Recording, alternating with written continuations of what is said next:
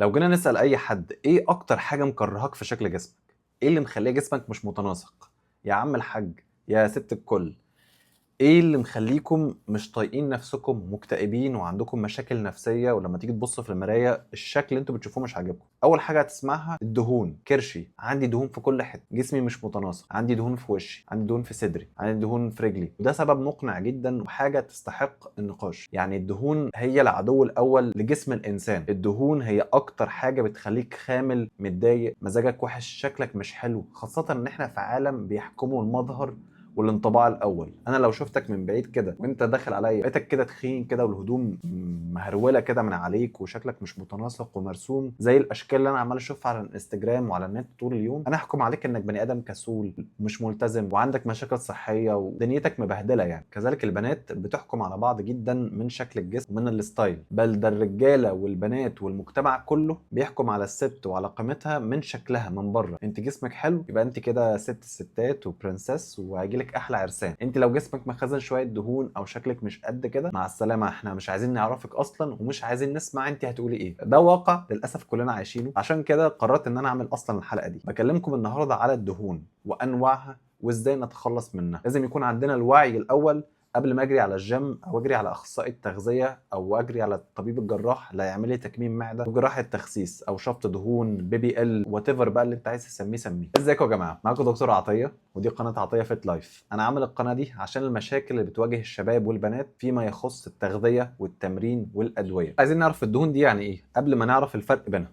الخلايا الدهنيه او الفات سيلز هي عباره عن خلايا من نسيج اسمه الاديبوسايت، وده نسيج زيه زي اي نسيج موجود في الجسم. طيب هل الخلايا دي فعلا لعينه وهي اللي مخليه شكلي كده وحش ومسببه لي مشاكل بقى في ثقتي في نفسي وكده؟ لا، لازم تسمع الاول فوائد الدهون وتعرف هي بتقدم ايه لجسمك. اول حاجه وهي الشبع. حاجه تستغربها، معروف ان الناس التخينه او الناس اللي وزنها زايد ده حلوف، ده بياكل كتير، ده بيمسح الترابيزه. ولكن في الحقيقه الخلايا الدهنيه الكتير اللي عنده دي هي مهمه لان هي بتشتغل على تخزين الطاقه. الجسم لما انت عمال تدخل له سعرات واكل كتير قوي، الاكل الكتير ده هو بيحرق منه اللي هو عايز يحرقه او ينتج منه طاقه، والباقي بيخزنه على هيئه دهون، سواء بقى في الامعاء سواء على الجلد، ايا كان. الفكره في ان احنا نخزن الطاقه دي عشان ما تبقاش مهدره. جسمك ذكي وبيخزن الطاقه على هيئه دهون عشان لو انت بعد كده شغلت دماغك وقلت انا عايز انزل الجيم، انا عايز اغير جسمي، انا عايز اخس، ده هيبدا يجوعنا، هيبدا يمشينا على دايت، هيبدا يحسب سعراته، ده شكله هيغير من نفسه. ابدا بقى احرق الدهون دي واستخدمها كمصدر طاقه، لان الراجل ده بدا ياخد باله من صحته وما عادش هيدخل لنا كميه الاكل والسكريات والطاقه الكتير دي. هو الجسم بتاعنا ما بيفهمش يا جماعه غير الطاقه.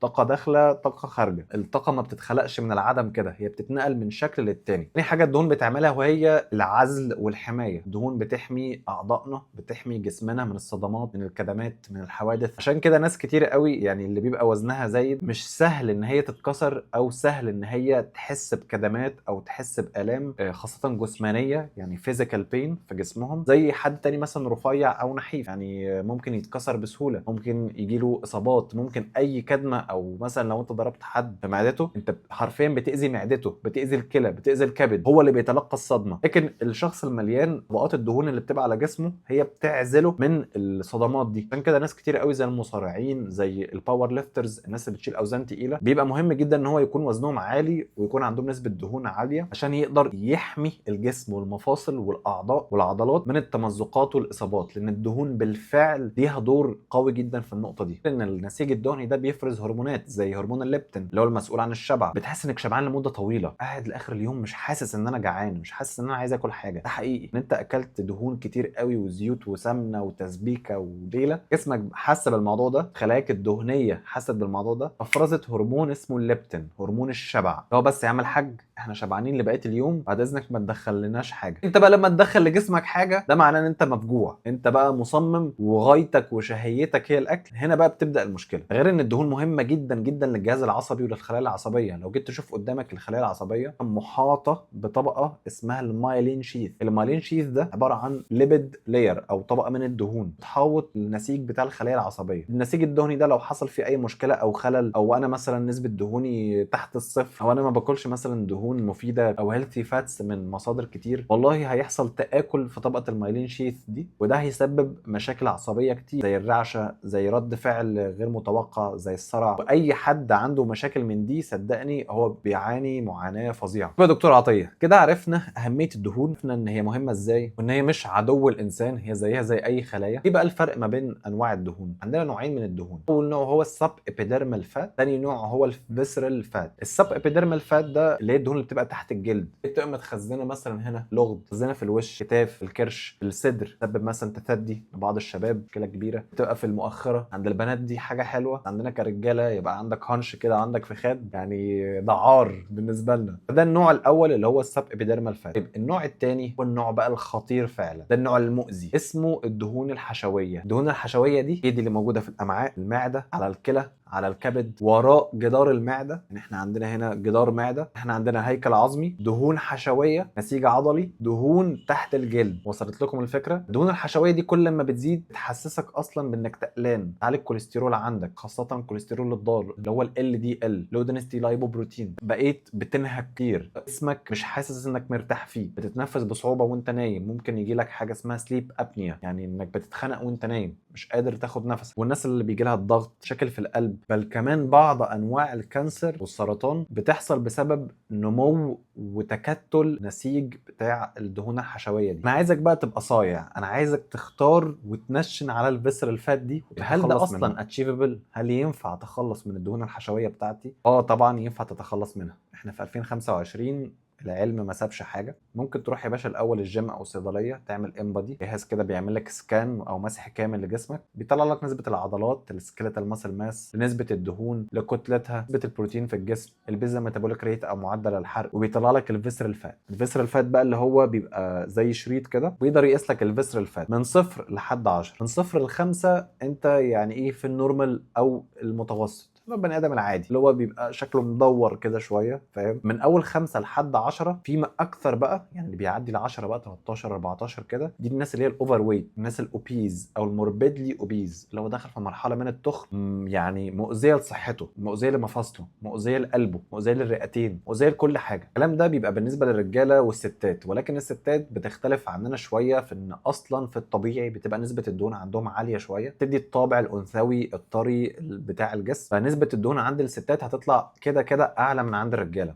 ده طبيعي. البنات عندها استروجين اعلى، عندها نسبه دهون اعلى، اسمها انثوي اكتر، ما عندهاش تستوستيرون زينا عشان يبقى عندها عضلات او جسمها بنفس النحت او بنفس القوه زينا. انت لو بنت ولقيتي نسبه الفيسرال فات او الدهون بشكل عام عندك عاليه، ولكن هي عاليه عند نسبه معينه، ما تبقاش في السقف برضه، يعني انت ما تبقيش نسبه دهونك 40% وتقولي لي ده عادي. يعني معلش، انت كده عايشه ازاي اصلا؟ انت هتلاقي عندك البيريود فيها الام ومشاكل، وبتجيلك اصلا متاخره وفيها اضطرابات، عندك تكيسات على المبايض، تلاقي الام كتيره جدا في منطقه الحوض واسفل الظهر وحوالين الرحم. بقى خطير جدا جدا عند الستات اللي بيبقى وزنها زايد قوي او عندها دهون حشويه كتير، ان ما بتقدرش تحمل بسهوله، ولو حملت ما بتقدرش انها تثبت الحمل بسهوله، بسبب ان منطقه الحوض والمعده وما وراءها مخزن دهون حشويه كتيره جدا جدا، بتضغط على بطانه الرحم وعلى الاعضاء الداخليه، فجسمك مش مستقر ان هو يستقبل او يكون جنين. فاسهل حاجه بيعملها ان هو يعمل اجهاض او يتخلص منه. فالفيسرال فات مشكله حقيقيه مش هزار يعني. طيب يا سيدي الدكاتره،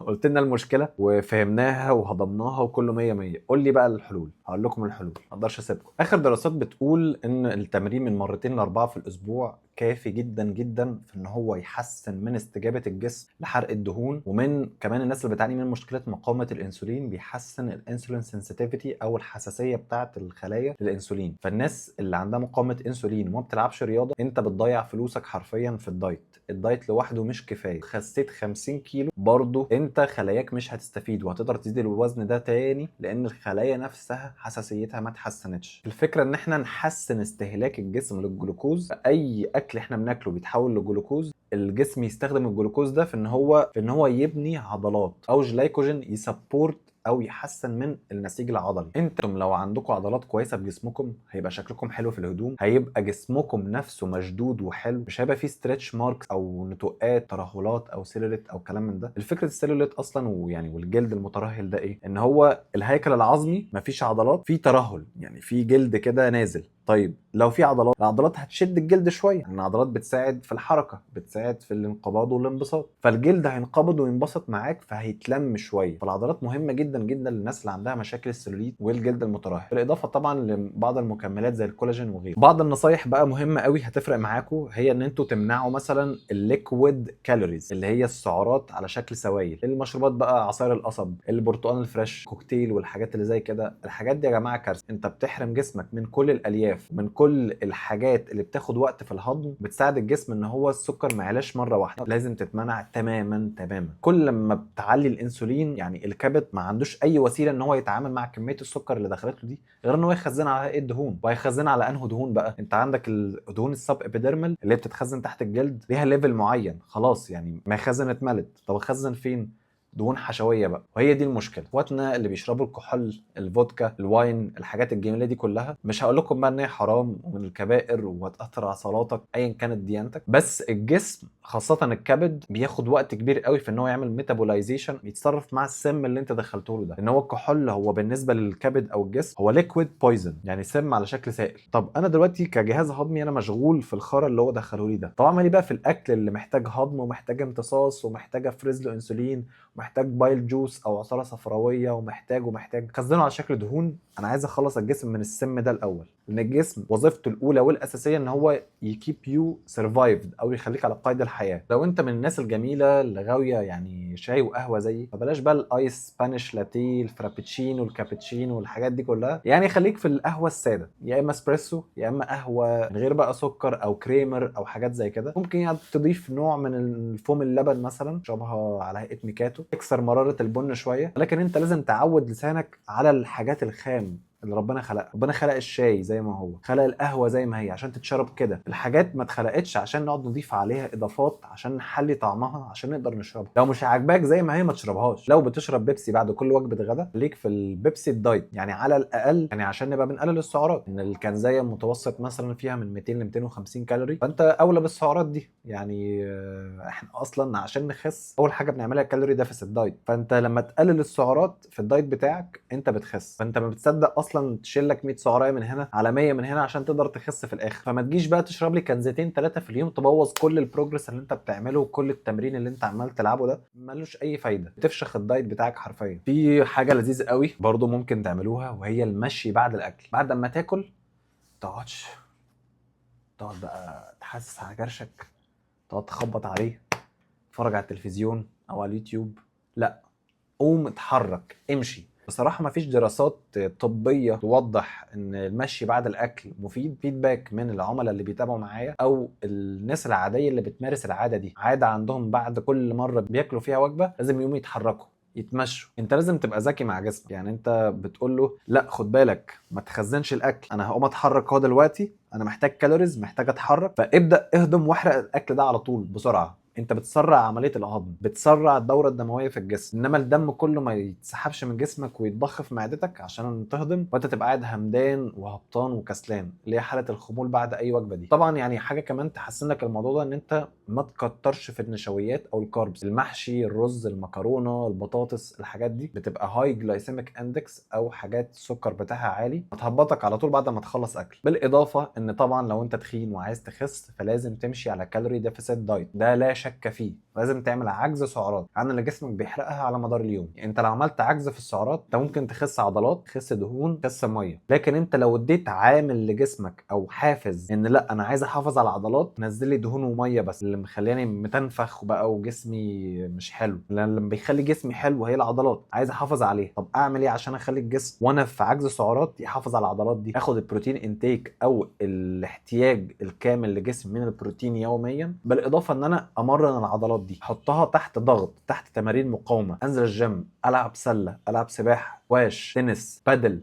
اي رياضه شغل عضلات الجسم. الجسم بيشتغل بنظريه يوز ات اور لوز ات. العضلات دي لو ملهاش لازمه اقول لك ايه، كسرها، ملهاش لازمه، انا عايز اسرفايف. في اول الحلقه زي ما قلت، الجسم وظيفته ان هو يخليك سرفايفد او على قيد الحياه، مش دوره ان هو يبني عضلات. انت اللي بتوجهه انا عايزك تبني عضلات. انا عايزك تخس. ففي الحقيقه انت اللي متحكم في شكل جسمك. البروتين يا جماعه اندر ريتد جدا. يعني البروتين هو بيقلل من هرمون الجريلين او هرمون الجوع، عشان كده اكتر وجبه بتشبعك على مدار اليوم بروتين بيسبورت الريسبتورز او المستقبلات بتاعه الجي ال بي 1 اصلا، اللي اتبنى عليها الكونسبت بتاع حقن الجي ال بي 1 اجونستس، اللي هي حقن التخسيس، الاوزمبيك، المونجارو، والجوفي، الحاجات دي، ان هي بتشتغل على الساتايتي او بتسبريس الهانجر، بتقلل احساسك بالجوع. البروتين بيعمل كده. البروتين بيحفز افراز هرمون اسمه البيبتايد البي واي واي، وده هرمون بيتفرز في الامعاء، خاصه فين؟ يعني في القولون، في الاليوم. دوره كذلك ان هو يعمل ريجوليشن او تنظيم لعمليه الهضم والامتصاص بتاع الاكل، يحسسك بالشبع والجوع. بالاضافه لحاجه كمان اسمها السي سي كي، اللي هي الكوليسيتوكاينين، ده برضه هرمون ينظم افرازات العصاره الصفراويه،